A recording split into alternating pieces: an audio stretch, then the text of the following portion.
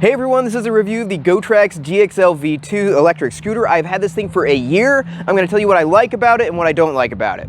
Assembly on this is really straightforward. You really just have to put the handlebar on it and the rest of it comes folded up. That's a really easy connection, just a couple screws, easy to do.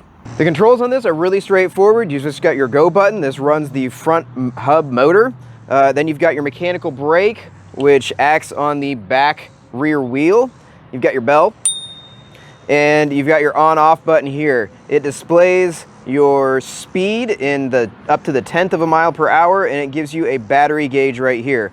And if this looks like it's blinking and flashing in the camera, it's just an artifact of the camera frame rate. You can't really see it flashing in real life. Also, while you have it on, a nice safety feature, if you're driving at dusk or at night, you can hit the button one more time, and the front LED headlight comes on. It's fairly bright, lights up your way, and keeps you visible.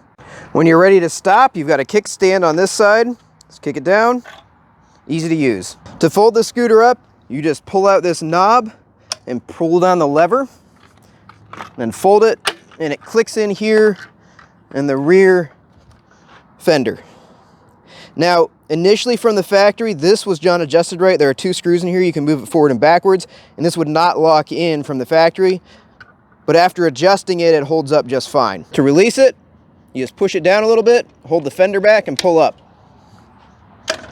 Locks into place. You've got a mechanical brake on the rear. This is really great for stopping power. You can stop fast enough that you skid this back wheel. This has 2 pneumatic tires, which are going to give you better range than an airless tire. You can get flats though.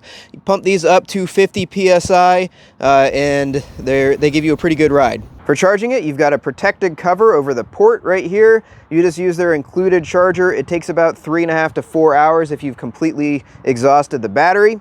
All right, let's talk performance with this thing. I've gone up and down hills. It handles those pretty well. It keeps up speed pretty near the top speed when you're going up hills. I weigh around 150 pounds, so if you're heavier than that, you can expect a little bit slower acceleration. If you're lighter, you can expect faster.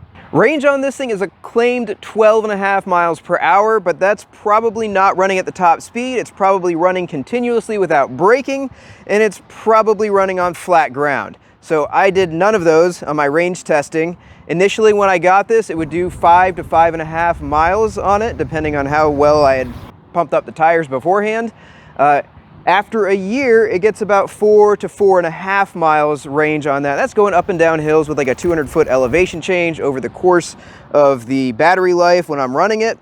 But it is a little bit degraded in range after a year, and it's nowhere close to the 12.5 perfect conditions range they list for this. One thing to note is this has gotten older. The battery gauge isn't quite as accurate, and it starts to die on me when I've got like right around 2 bars, or right when it goes to 1 bar, it runs out of batteries. Top speed on this is 15.5 miles an hour. I have taken it up to that plenty of times, and I've gone downhill. I've hit up to 20 miles an hour on this. Now, I have had one failure with this thing. I had to replace the top console, and what happened is I had just charged it, took it out, and immediately went down a massive hill. And I think that caused a voltage spike or something that the battery would normally be used to buffer, and it fried the console in this. So if you've got it fully charged, never go down a steep hill immediately after charging it. I contacted GoTrax about that. I was out of the 6-month warranty period. They sent me a replacement console and had me send the fried one back to them, free of charge, no shipping, anything. They took care of me, excellent customer service, even though I was out of the warranty period. So I was super impressed. Just told them what had happened, and they took care of me. So overall, I think this is a decent option for a budget scooter. It's got a mechanical brake, which I really like. It's a good safety feature. It's got a pretty high top speed. It's just about as fast as I want to be going on a scooter this size. And the only downside is the range is pretty limited at 5 miles or under.